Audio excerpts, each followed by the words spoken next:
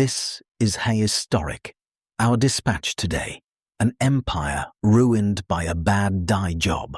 One empress's tantrum over the color purple spooled out into ecclesiastical schism, civil war, and ultimately the sack of Constantinople.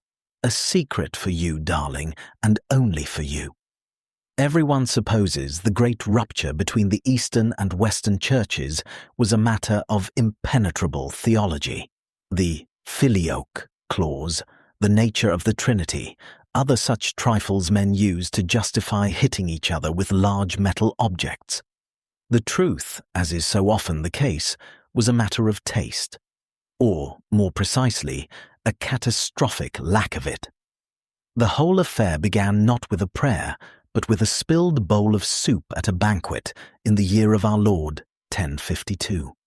The offending liquid, a lurid beetroot broth, splashed across the sleeve of the visiting Cardinal Humbert of Silva Candida, leaving a stain that was, to the horror of the assembled imperial court, a more perfect shade of Tyrian purple than the emperor's own robes. Empress Theodora Porphyrogenita, a woman whose sense of imperial prerogative was matched only by her exquisitely refined cruelty, noticed instantly. The cardinal, she observed with a voice like honey laced with ground glass, looked more royal than the royals. One does not simply out-purple an empress, particularly one born in the purple, a rare honor even then.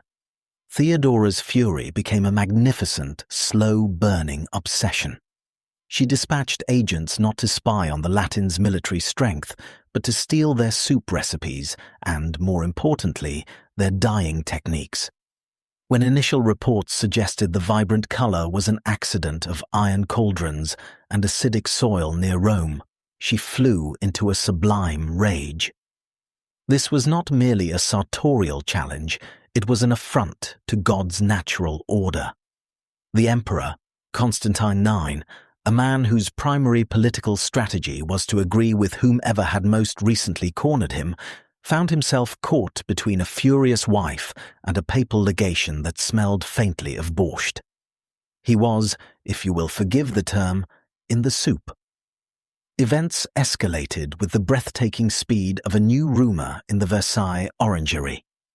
Theodora, convinced the Western Church was hoarding a superior purple, a heretical purple, began a campaign. She declared the Latin Rite's use of unleavened bread was an insult to bakers. She insisted their priests' beards were insufficiently lush. The actual theological disputes became mere window dressing for the all-consuming conflict over chromatic supremacy. Patriarch Michael the Far Cerularius, seeing his chance, fanned the flames, denouncing the beetroot heresy from the pulpit of the Hagia Sophia. In Rome, Pope Leo IX, utterly bewildered by reports that his cardinal was being accused of wielding an aggressively fashionable soup, responded with a bull of excommunication. It was delivered by Humbert himself, who, with a theatricality that I must grudgingly admire, slapped the parchment down on the altar during divine liturgy. The final snap was not the clause, but the color. And so, the house divided.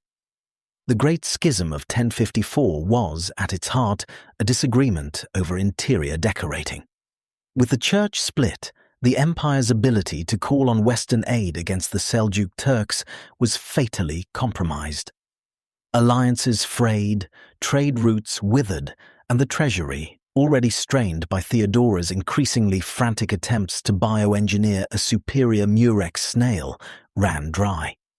When the Fourth Crusade arrived a century and a half later, they found not a bastion of Christendom, but a city still bitterly divided by the great chromatic controversy.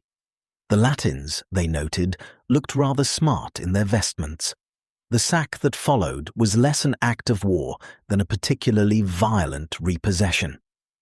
The final emperor did not fall in a blaze of glory, but was heard to mutter as the Venetian soldiers broke down the gates, "At least their purple is simply ghastly." Filed by Madame Evangeline Duplessis for Historic. and there we leave it. If some corner of the past has been nagging at you, file it at historic.com before the editors sober up.